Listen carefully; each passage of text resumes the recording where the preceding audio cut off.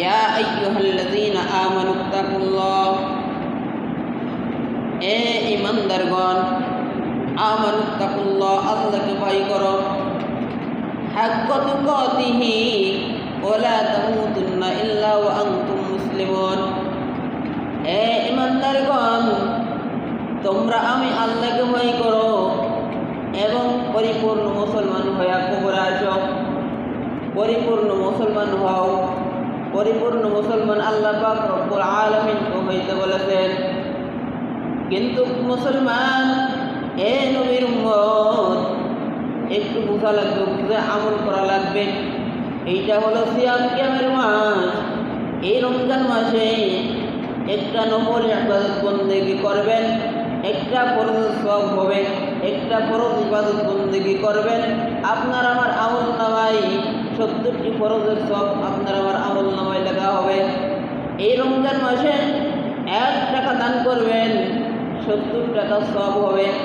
এই রমজান মাসে আপনি যা কিছু করবেন বেশি বেশি করে সওয়াব হবে।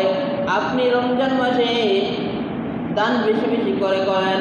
এই মসজিদের সামনে একটা দান বক্স আছে, এমন একটা সময় আপনি ওই দান বক্সের মধ্যে 100 টাকার একটা নোট, 500 টাকার একটা নোট ছেড়ে দিবেন।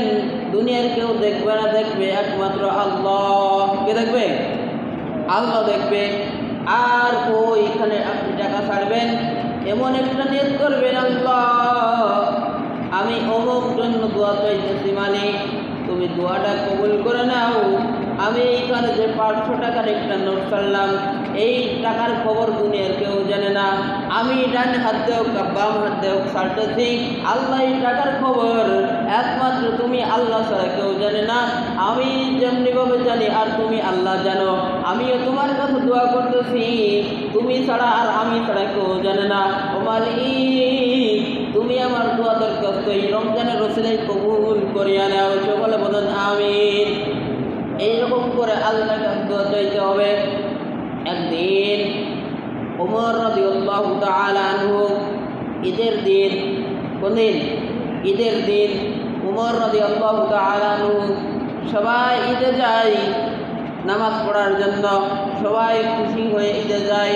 সবাই খুশি হয়ে নতুন কাপড় চোপড় পরে, নতুন কাপড় পরিধান করে ঈদে যায়।